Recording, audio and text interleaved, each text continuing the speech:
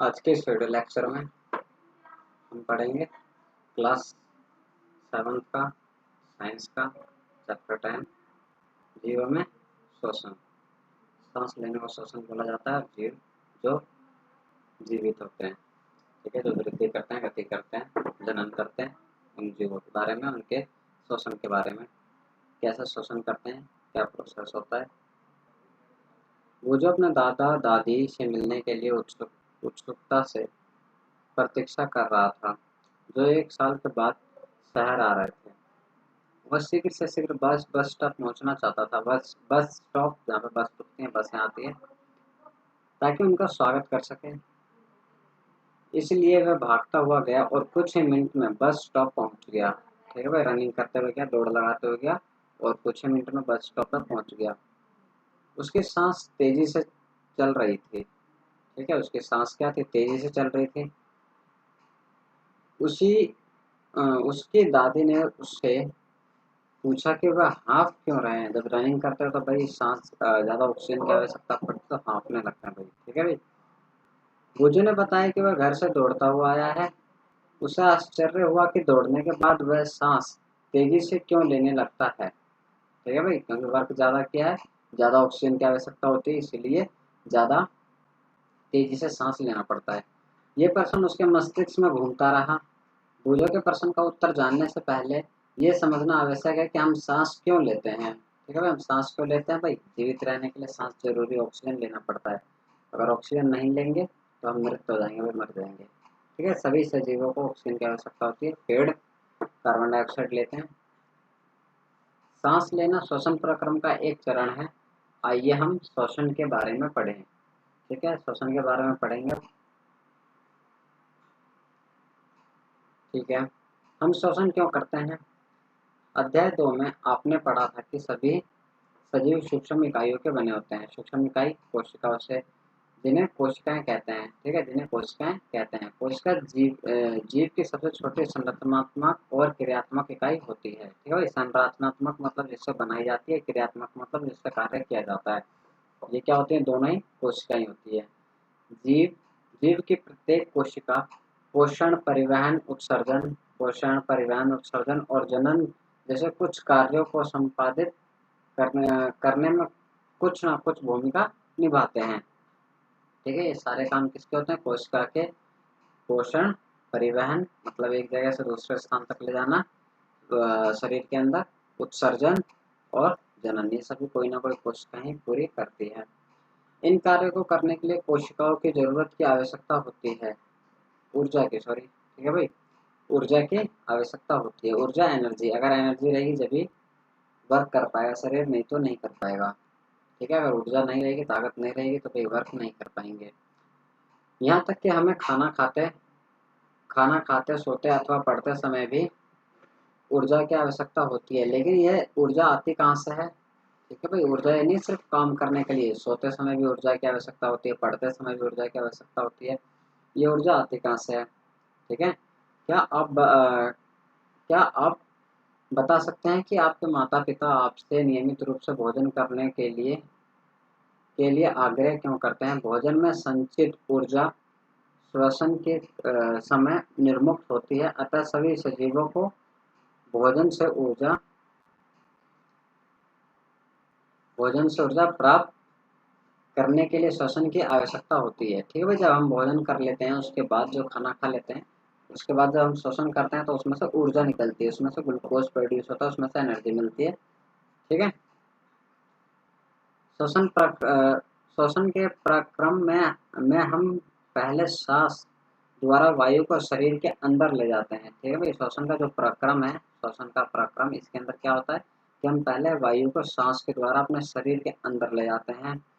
आप जानते हैं कि वायु में ऑक्सीजन होती है। ठीक है भाई, ऑक्सीजन O2 ऑक्सीजन होती है। फिर हम सांस छोड़ते हैं। ठीक है भाई, जब हम सांस छोड़ते हुए वायु को शरीर से बाहर निकालते हैं, इस वायु में सांस द्वारा अंदर ली गई वायु की तुलना में कार्बन डाइऑक्साइड की मात्रा अधिक होती है। ठीक है, जब हमने लिया तो ऑक्सीजन था, जब छोड़ा तो उसमें अधिकतम मात्रा किसकी थी भाई?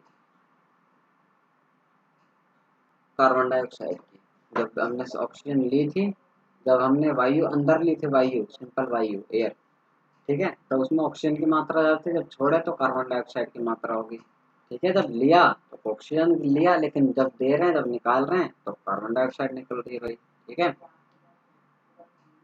अर्थात ये कार्बन डाइऑक्साइड समृद्ध समृद्ध होती है। हम जिस वायु को सांस द्वारा अंदर लेते हैं उसमें उपस्थित ऑक्सीजन, जो भी उसके अंदर प्रेजेंट होगी ऑक्सीजन, शरीर के सभी सभी भागों में और अंततः प्रत्येक कोशिका में ले जाई जाती है। जो ऑक्सीजन चली गई अंदर, वो अंदर ऑक्सीजन को रोक लिया जाता है, ठीक है, फेफड़ों द्वारा सोख लिया जाता है, और जो बाकी गैसेज होते हैं कार्बन डाइऑक्साइड को बाहर निकाल दिया जाता है। ठीक है, और इस ऑक्सीजन को क्या करते हैं, हर एक कोशिका, जितनी भी शरीर की कोशिका है, सब तक पहुंचाया जाता है। कोशिकाओं में यह ऑक्सीजन भोजन के विखंडन में सहायक सहायता करती है। ठीक है भाई, कोशिकाओं में ये ऑक्सीजन भोजन के विखंडन, विखंडन मतलब भोजन को टूटना, ठीक है, उसको पचाना में सहायता करती है। कोशिका में भोजन के विखंडन के प्रक्रम में ऊर्जा मुक्त होती है। अगर विखंडन होती है, जब भाई भोजन का विखंडन होगा, टूटेगा, ठीक है, तो उसमें क्या निकलेगा, उसमें से हमें ऊर्जा मिलेगी, ऊर्जा मुक्त होती है। इसे कोशिकीय श्वसन कहते हैं। ठीक है भाई, इसे क्या कहते हैं भाई, कोशिकीय श्वसन कहते हैं। सभी कोशिकाओं में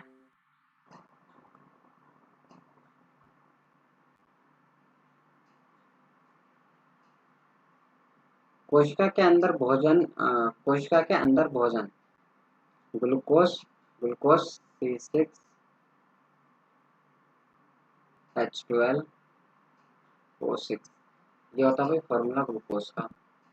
ऑक्सीजन का उपयोग करके कार्बन डाइऑक्साइड और जल में विखंडित हो जाता है। ठीक है भाई, भोजन टूट जाता है अलग अलग में, कब, ऑक्सीजन की उपस्थिति में, ठीक है भाई, कार्बन डाइऑक्साइड में और जल में, और ऊर्जा प्रोड्यूस करता है।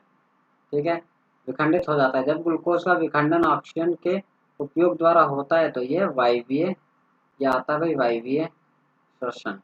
वायवीय श्वसन कहलाता है। ऑक्सीजन की अनुपस्थिति में विखंडित हो जाता है तो अवायवीय श्वसन। क्या विखंडित होता है भाई, ग्लूकोज। ठीक है भाई, ग्लूकोज अगर विखंडित होता है ऑक्सीजन की उपस्थिति में, ठीक है, तो वायवीय श्वसन। अगर ग्लूकोज बिना ऑक्सीजन की उपस्थिति में कर रहा है प्रोड्यूस, विखंडित हो रहा है, टूट रहा है, तो कहलाएगा अवायवीय श्वसन। ठीक है, ठीक है, समझ गए होंगे, वायवीय श्वसन, अवायवीय श्वसन। ठीक है, ये वायवीय अवायवीय श्वसन पूछा जाए तो इस फॉर्मूले को भी लिख देना इसको। ठीक है, ये ग्लूकोज है, ठीक है, इसी को अभी जो फॉर्मूला लिखवाया था ना, C6H12O6, ये ग्लूकोज होता है। ठीक है, तो ये ग्लूकोज ऑक्सीजन की उपस्थिति में, प्रेजेंस ऑफ ऑक्सीजन O2 की उपस्थिति में क्या बन जाता है, कार्बन डाइऑक्साइड, जल और ऊर्जा, एनर्जी मिल जाती है। ठीक है, संभवतः आपको मालूम होगा कि ईस्ट जैसे अनेक जीव वायु की उपस्थिति में जीवित रह सकते हैं। ऐसे जीव अवायवीय श्वसन के द्वारा ऊर्जा प्राप्त करते हैं, उन्हें अवायवीय जीव कहते हैं। ठीक है भाई, अवायवीय जीव किसे कहते हैं, जो वायु की अनुपस्थिति में जीवित, वायु की अनुपस्थिति में जीवित रह सकते हैं। ठीक है, ऐसे जीव क्या कहलाते हैं, अवायवीय श्वसन के द्वारा ऊर्जा लेते हैं, और अवायवीय जीव कहलाते हैं जो बिना वायु की उपस्थिति में जीवित भी रह जाए। ठीक है भाई, अब देखो भाई, ईस्ट ईस्ट एक कोश के जीव है। एक कोश के मतलब उसके अंदर एक ही तरह की कोशिकाएं होती है भाई, एक कोश के जीव है। ईस्ट अवायवीय रूप से श्वसन करते हैं, और इस प्रक्रिया के समय अल्कोहल निर्मित करते हैं। ठीक है भाई, अल्कोहल निर्मित करते हैं, अतः इनका उपयोग शराब, वाइन और बियर बनाने के लिए किया जाता है। बियर बनाने के लिए जो भी रॉ मटेरियल होता है ना भाई, जो भी कच्चा माल होता है, उसमें ईस्ट डाला जाता है, फिर ईस्ट उसको खराब कर करके चेंज कर देता है भाई, किसमें, अल्कोहल में, उसी से वाइन, शराब बनती है भाई। ठीक है, बियर उसी से बनती ऑक्सीजन की उपस्थिति में ग्लूकोज अल्कोहल और कार्बन डाइऑक्साइड में विखंडित हो जाता है। ठीक है भाई, ऑक्सीजन की उपस्थिति में जो ग्लूकोज होता है, अल्कोहल और कार्बन डाइऑक्साइड में विखंडित हो जाता है, जैसा कि निम्न समीकरण द्वारा दिखाया गया है। समीकरण ये रहा भाई, ग्लूकोज ऑक्सीजन की उपस्थिति है, अल्कोहल भी बन गया, कार्बन डाइऑक्साइड भी और एनर्जी भी बन गई। ठीक है, हमारी पेशी कोशिकाएं भी अवायवीय रूप से शोषण कर सकती है, लेकिन ये ऐसा थोड़े समय तक ही कर सकती है। वास्तव में ये प्रक्रम उस समय होता है जब ऑक्सीजन की अस्थायी रूप से कमी हो जाती है। ठीक है भाई, अस्थायी रूप से, स्थायी रूप से नहीं, हमेशा कहते कट हो गया भाई, कुछ समय के लिए कट आउट हो जाए। बहुत देर तक व्यायाम करने, तेजी से दौड़ने, कई घंटे टहलने, साइकिल चलाने, मतलब हार्ड वर्क करना, फिजिकल वर्क करना अथवा भारी वजन उठाने जैसे कार्यों के लिए अधिक ऊर्जा की आवश्यकता होती है। ठीक है भाई, हार्ड वर्क करने के लिए ज़्यादा एनर्जी की जरूरत होती है, लेकिन ऊर्जा उत्पन्न करने के लिए हमारे शरीर को ऑक्सीजन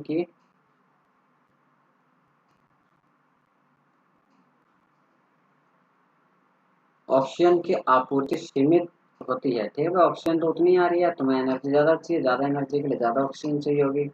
ऐसी स्थिति में पेशीय कोशिकाएं अवायवीय शोषण द्वारा ऊर्जा की अतिरिक्त मांग को पूरा करती है। अतिरिक्त मांग मतलब एक्स्ट्रा जो यूज हो रहा है एनर्जी, उसको चाहिए ना भाई एनर्जी, तभी तो वर्क करेगा, तभी तो दौड़ लगाएगा, व्यायाम करेगा या और चलेगा या साइकिल चला पाएगा।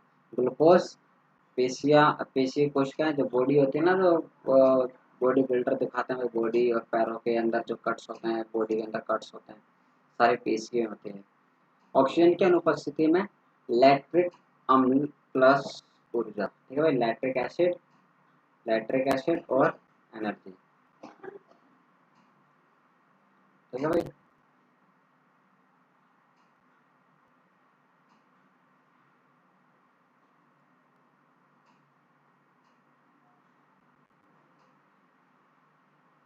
ठीक है।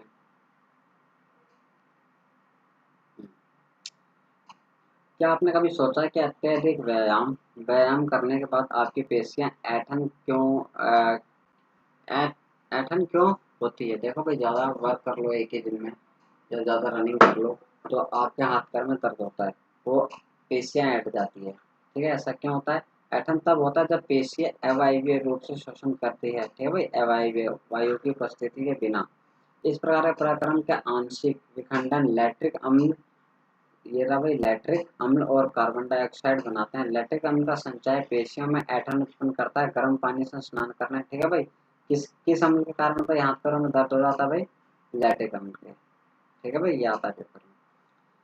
पेशियों में ऐंठन होता है और ये खत्म करने के लिए गर्म पानी से स्नान करने अथवा शरीर की मालिश करवाने पर हमें ऐंठन से आराम मिलता है। ठीक है भाई, फिर या तो गर्म पानी से स्नान करो, गर्म पानी से धो लो, या फिर मालिश करनी पड़ती है। क्या आप अनुमान लगा सकते हैं कि ऐसा क्यों होता है? गर्म जल से स्नान अथवा शरीर की मालिश करने से रक्त का संचरण बढ़ जाता है। रक्त मतलब ब्लड। ठीक है, खून का संचरण बढ़ जाता है रक्त का। इसके परिणाम स्वरूप पेशीय कोशिकाओं की ऑक्सीजन की आपूर्ति बढ़ जाती है। ठीक है, पेशीय कोशिकाओं के अंदर ऑक्सीजन की आपूर्ति बढ़ जाती है। ठीक है, ऑक्सीजन की आपूर्ति बढ़ जाने से लैक्टिक अम्ल का कार्बन डाइऑक्साइड और जल में पूर्ण विखंडित हो जाता है। जो लैक्टिक अम्ल प्रोड्यूस हो चुका है भाई, ये विखंडित हो जाएगा कार्बन डाइऑक्साइड और जल के अंदर टूट जाएगा, तो लैक्टिक अम्ल वहाँ से खत्म, तो वहाँ की ऐंठन खत्म और वहाँ का दर्द भी खत्म। ठीक है, शरीर के जिस हिस्से में जिस मसल्स में हो रही है। 10.2 शोषण चेतावनी, इस क्रियाकलाप को अपने शिक्षिका की उपस्थिति में करें।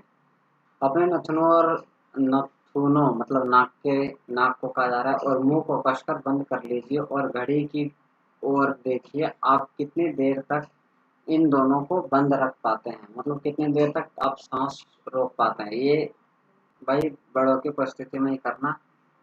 ठीक है भाई, चक्कर आ गए कहीं बिना ऑक्सीजन के, फिर कुछ समय बाद आपने क्या महसूस किया? आप उस समय को नोट कीजिए जब तक आप अपनी सांस को रोके रख सकते हैं।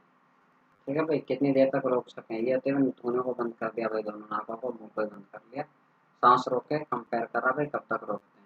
बुजुर्ग ने नोट किया कि जब कुछ देर तक सांस रोकने रखने के बाद उसने सांस छोड़ी तो उसे तेज सांस लेनी पड़ी। क्या आप उसे बता सकते हैं कि ऐसा क्यों हुआ?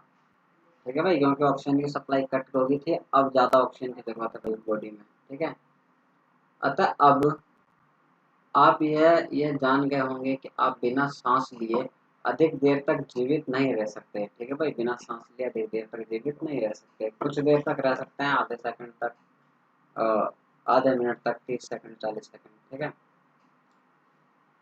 श्वसन या सांस लेने का अर्थ है ऑक्सीजन से समृद्ध वायु को अंदर खींचना। ठीक है भाई, ऑक्सीजन सांस लेने से मतलब है भाई ऑक्सीजन से समृद्ध वायु, मतलब इसके अंदर ऑक्सीजन मिक्स हो, वायु को खींचना या ग्रहण करना और कार्बन डाइऑक्साइड से समृद्ध वायु को बाहर निकालना।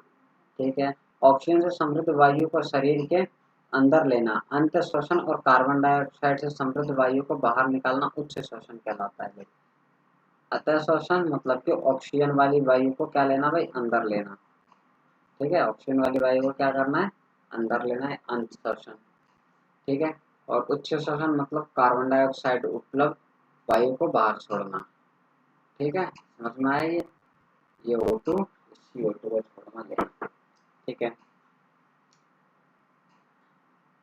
ये एक सतत प्रक्रम है जो प्रत्येक जीव के जीवन में हर समय अर्थात जीवन पर होता रहता है। ये कभी रुकता नहीं है भाई, जिंदगी भर चलता रहता है। ठीक है, कोई व्यक्ति 1 मिनट में जितनी बार श्वसन करता है वो उसकी श्वसन दर कहलाती है। ठीक है भाई, 1 मिनट में कितनी बार सांस लेता है वो उसकी श्वसन दर कहलाती है।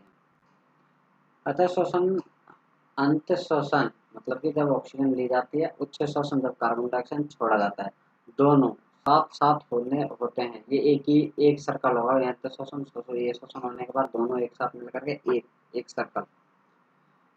एक श्वसन अथवा सांस का अर्थ है कि एक अंत श्वसन और एक उच्च श्वसन।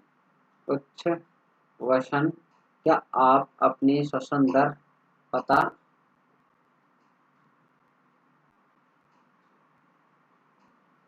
लगाना चाहेंगे? क्या आप यह जानना चाहेंगे कि श्वसन दर की दर स्थिर होती है अथवा ये शरीर की आवश्यकता के अनुसार परिवर्तित होती है? आइए हम पता लगाएं कि एक क्रियाकलाप करते हैं। सामान्यतः हमें ये आभास ही नहीं होता है कि हम श्वसन कर रहे हैं। हालांकि यदि आप कोशिश करें तो आप श्वसन दर की गणना कर सकते हैं और इसे ज्ञात करने के लिए आप विश्राम की स्थिति में बैठकर सांस लीजिए और छोड़िए। पता लगाइए कि आप 1 मिनट में कितनी बार श्वसन अंदर लेते हैं और कितनी बार बाहर निकालते हैं।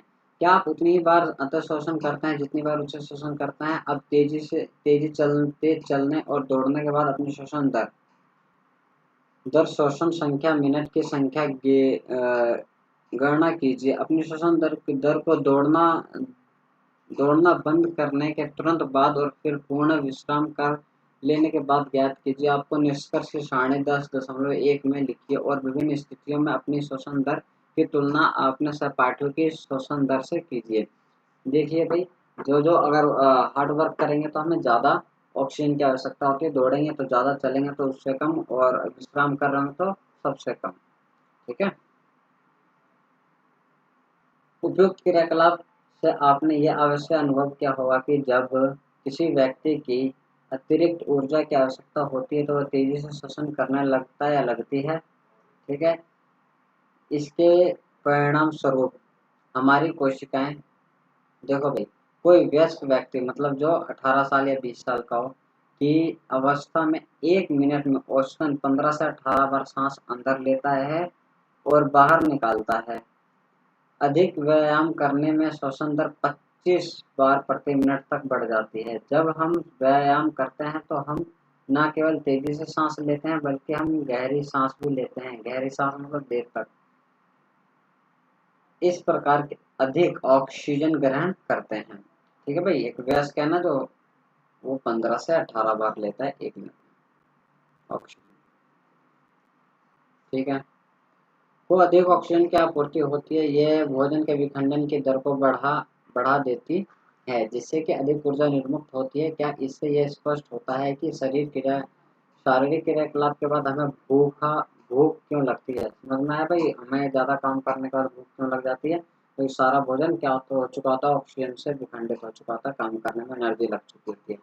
पहले जानना चाहती है कि जब हमें नींद आती है तो झपकी आती है, तो हम जमाई क्यों लेते हैं? जब आप उन्नीदे होते हैं तो क्या आपकी श्वसन दर कम होती जाती है? क्या आपके शरीर की पर्याप्त ऑक्सीजन मिल पाती है? किसी व्यक्ति द्वारा सामान्य दिन में किए जाने वाले विभिन्न क्रियाकलापों पर विचार कीजिए। क्या आप बता सकते हैं कि किस क्रियाकलाप की श्वसन दर सबसे कम और किसमें सबसे अधिक होगी? अपने अनुभव के आधार पर चित्र 10.3 में दिए गए क्रियाकलाप को श्वसन की दर के क्रम में व्यक्त कीजिए। ये काम है भाई, कपड़े धोना, सोना, टहलना, पढ़ना, खेलना, ठीक है भाई, कोई मजदूरी का काम करना, हार्डवर्क करना, ठीक है। इसमें किसमें अधिक ऑक्सीजन की आवश्यकता होगी, या आपको स्वयं ही अपने सीक्वेंस वाइज लगाना है, ठीक है। हम श्वास कैसे लेते हैं? आइए अब हम श्वास की क्रिया विधि जाने। सामान्य हम अपने नथुनों नासा द्वारा से वायु अंदर लेते हैं। जब हम वायु को अंत श्वसन द्वारा अंदर लेते हैं तो हम हमारे नथुनों से नासाग्रह में चली जाती है। नासाग्रह से वायु श्वास नली में होकर के हमारे फेफड़े फुफ्फुस में जाती है। फेफड़े वृक्ष गुहा में स्थित होते हैं। देखो भाई, चित्र भी समझा दूंगा। ये रहा भाई, सबके नाम लिखे पड़े हैं, फेफड़े, ग्रसिका, श्वसन नली, ठीक है। सांस लेते हैं भाई हम नाक से, नासाग्र, ठीक है भाई। इसमें से ये ऑक्सीजन जाती है भाई, ठीक है भाई, यहाँ से आवाज आती है और फिर ये कहाँ चली जाती है भाई, इसके अंदर, श्वसन नली के अंदर। ग्रसिका से होते हुए खाना खाते हैं ना भाई, खाना भी ग्रसिका से जाता है, लेकिन श्वसन नली में नहीं जाता है, ठीक है। तो ये श्वसन नली में चला जाता है भाई ऑक्सीजन, फिर उसके बाद फेफड़े के अंदर ये कंज्यूम कर लेता भाई, ऑक्सीजन रोक लेता, बाकी गैसेस को वापस कर देता है, ठीक है। वृक्ष गृह पार्श्व में पसलियों से घिरी होती है। देखो ये पसलियाँ क्या होती है, ये होती है भाई पसलियाँ, रिब्स, ठीक है। ये क्यों होती है? ताकि इसको सुरक्षा प्रदान हो सके भाई, लंग्स को, फेफड़े को सुरक्षा प्रदान हो सके, ठीक है। एक बड़ी पेशीय परत जो डायाफ्राम मध्य पट कहलाती है, ठीक है भाई। डायाफ्राम ये पेशी है, बड़ी पेशी है, ये रहा डायाफ्राम,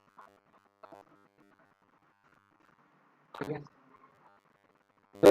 ग्रह को आधार प्रदान करती है। श्वसन में डायाफ्राम को और पसलियों से बने पिंजर की गति सम्मिलित होती है। अंतःश्वसन के समय पसलियां ऊपर और बाहर की ओर गति करती है, डायाफ्राम नीचे की ओर गति करता है। सांस लेंगे तो क्या होगा भाई, फूल जाती है छाती, ठीक है, चेस्ट फूल जाती है, सांस छोड़ते हैं फिर से वापस चल जाती है भाई, ठीक है। ये जो स्वस्थ व्यक्ति होगा, जिसको कोई बीमारी नहीं होगी ना भाई, तो जब भी वो सांस लेगा तो उसका 5 सेंटीमीटर के आसपास उसका सीना फूल जाना चाहिए, ठीक है। जितना भी उसका सीना हो उससे 5 सेंटीमीटर फूल जाना चाहिए, इतना एयर भरने की कैपेसिटी होनी चाहिए। ये गति हमारे वृक्ष ग्रह के आयतन को बढ़ा देती है और ये वायु फेफड़ों के अंदर जाती है, फेफड़े वायु से भर जाते हैं। उच्च श्वसन के समय पसलियां नीचे की और अंदर की ओर आ जाती है। उच्च श्वसन जब हम छोड़ते हैं ऑक्सीजन को और कार्बन डाइऑक्साइड को, ठीक है, वायु को छोड़ देते हैं जबकि डायाफ्राम ऊपर की ओर अपनी पूर्व स्थिति में आ जाता है, ठीक है भाई। जब हम ऑक्सीजन को छोड़ देते हैं और वायु को छोड़ देते हैं, कार्बन डाइऑक्साइड को छोड़ देते हैं, जब ऑक्सीजन लेते हैं फूल जाता है, अपनी पूर्व स्थिति में आ जाता है। इसे वक्ष ग्रह का आयतन आयतन कम हो जाता है। इस कारण वायु फेफड़े से बाहर धकेल दी।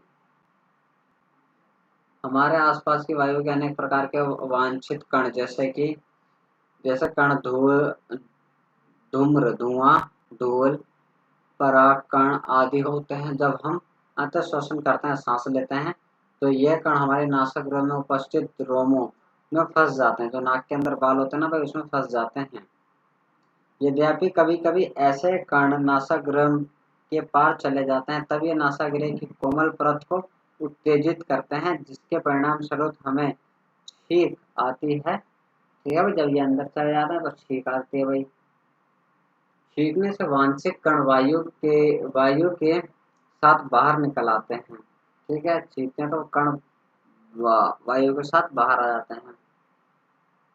इस प्रकार केवल स्वच्छ वायु ही हमारे शरीर में प्रवेश कर पाती है। सावधानी बरतें, जब आप छींकते हैं तो अपनी नाक को ढक लें, जिससे आपके द्वारा बाहर निकाले गए कणों को अन्य व्यक्ति द्वारा श्वास के समय ग्रहण ना कर लिया जाए। ठीक है भाई, इससे बीमारियां होती है। टीबी भी फैलता है भाई इसी से, और कोविड भी इसी से फैलता है। ठीक है भाई, छींकोगे तो वायरस बाहर निकलेगा। H1N1 स्वाइन फ्लू ये भी फैलता है भाई छींकने के कारण ही। वायु अंदर आती है, अंदर आ गई है, ये आने दो भाई अंदर। ठीक है, अभी क्या होगा, ये फूल जाएगा। ये जितना फैल सकता है, जिस दिशा में फैल सकता है फैल जाएगा, बड़ा से बड़ा हो जाएगा, जितना बड़ा हो सकता है। ठीक है, जब छोड़ देंगे तो भाई ये वापस अपनी पुरानी स्थिति के अंदर सबसे मिट जाएगा। ठीक है, वापस आ जाएंगे।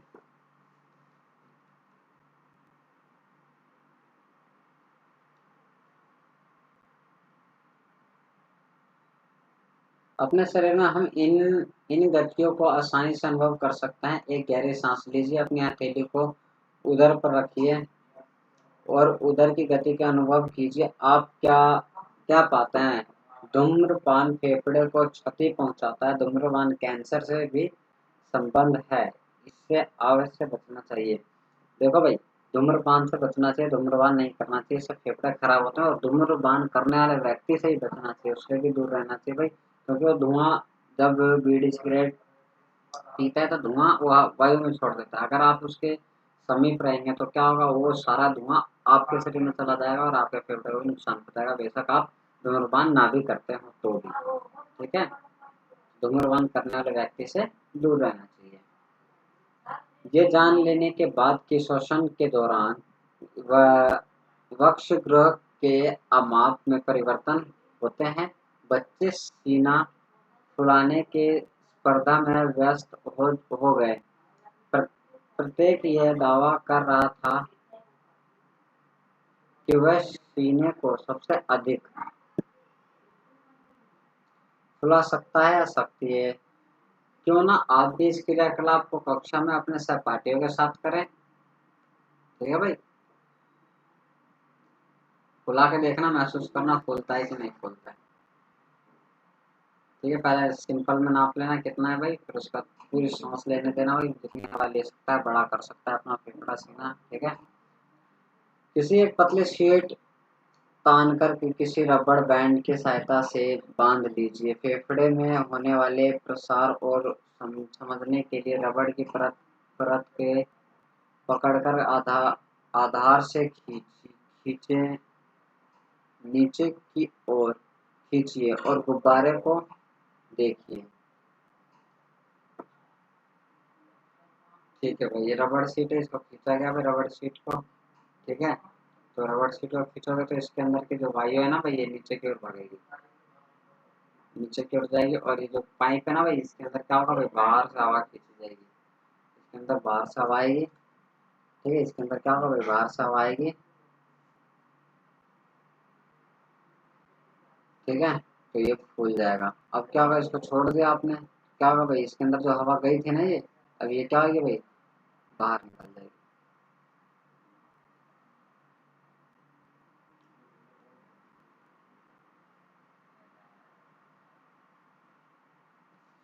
नियमित परंपरागत श्वसन व्यायाम प्राणायाम से हमारे फेफड़े में वायु को अंदर लेने की क्षमता को बढ़ाता है। ठीक है, व्यायाम करने से हमारी सांस लेने की क्षमता में बढ़ोतरी होती है। इस प्रकार हमारे शरीर की कोशिकाओं को ज्यादा ऑक्सीजन की आपूर्ति होती है, जिसके फलस्वरूप अधिक ऊर्जा उत्पन्न होती है।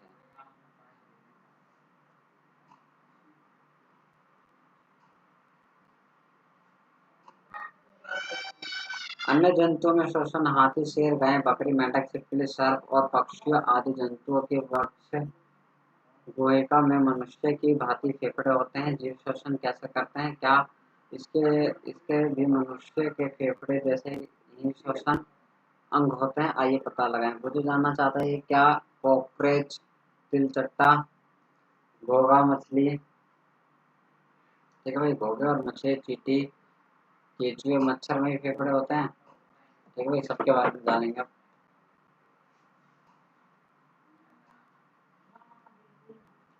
कॉकरोच के शरीर के पार्श्व भाग में छोटे छोटे छिद्र होते हैं। अन्य कीटों के शरीर में भी इस प्रकार के छिद्र होते हैं। छिद्र श्वास रंध्र कहलाते हैं। कीटों में गैस के विनिमय के लिए वायु नलिका का जाल बिछा होता है, जो श्वसन प्रक्रम वातक कहलाता है। ऑक्सीजन, देख लो भाई, ये जो दिखाया गया ना, श्वसन श्वास प्रणाली, ये छिद्र है ना छोटे छोटे, यहीं से ऑक्सीजन ले लेता भाई। ठीक है, पूरी बॉडी में, जैसे हम नाक से लेते हैं तो ये यहाँ से लेते हैं।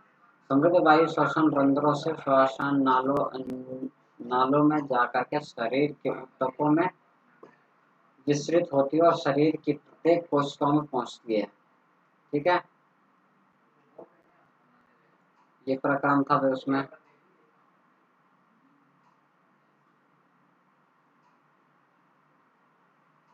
केचुआ भाई, केचुआ क्या करता है? अपनी पूरी त्वचा से सांस लेता है। कोई केचुआ है ना भाई, तो अपनी पूरी त्वचा से कहीं से भी सांस ले सकता है। ठीक है, यद्यपि मेंढक में भी मनुष्य की भांति फेफड़े होते हैं, तथापि वे अपनी त्वचा से भी श्वसन करते हैं, जो आर्द्र और श्लेष्मीय होती है। ठीक है भाई, मेंढक का भी यही है, त्वचा से सांस ले सकते हैं। जल में श्वसन, अब भाई जल में श्वसन कैसे होता है? पानी के अंदर अगर इंसान पानी में जाता है तो डूब जाता है, सांस नहीं ले पाता। मछलियाँ सांस लेती है भी कैसे? इस क्लोन की वजह से। ये क्लोन होता है ना, खुलता बंद होता है। अगर मछली को देखोगे तो यहाँ से ली जाती है ऑक्सीजन। ठीक है भाई, ऑक्सीजन लेने में सहायक होता है क्लोन, पानी के अंदर घुली हुई ऑक्सीजन को ले लेते हैं। ठीक है, क्या पादप भी श्वसन करते हैं? तो भाई पादप भी श्वसन करते हैं। ठीक है, पादप कैसे श्वसन करते हैं? इनके अंदर ये रंध्र होता है। रंध्र मतलब पत्तियों के अंदर छोटे छोटे छोटे छोटे छिद्र होते हैं भाई। ठीक है, जो पत्तियां होती है, इन पत्तियों के बीच में भी क्या होता है? छोटे छोटे छिद्र होते हैं।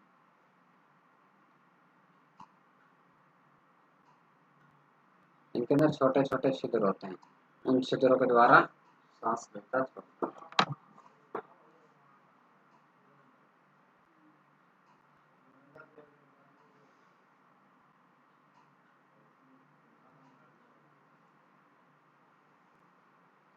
इस अध्याय में आपने पढ़ा कि श्वसन का एक महत्वपूर्ण जैविक प्रक्रम है, जो जीवों के अंदर अपनी उत्तरजीविता जीवित रहने हेतु श्वसन आवश्यक ऊर्जा को प्राप्त करने के लिए श्वसन करने की आवश्यकता होती है। मृदा के कण, कुल रोग, वायु, अवकाश। देखो भाई, वायु मृदा से वायु अवशोषित करना, जो जगह होती है भाई, कहीं पे भी जगह बचेगी तो उसके अंदर हवा जा सकती है। मृदा के अंदर भी छोटे छोटे जो स्थान होते हैं, इसके अंदर क्या भर जाते हैं भाई? एयर। ठीक है,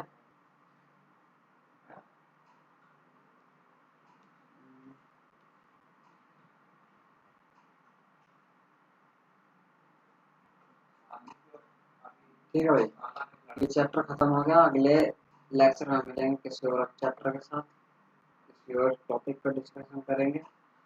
अगर कुछ इसके अंदर आपको समझ ना आया हो, कुछ डाउट हो, कुछ प्रश्न पूछने हो, तो आप कमेंट सेक्शन में पूछ लेना। ठीक है, ठीक है भाई।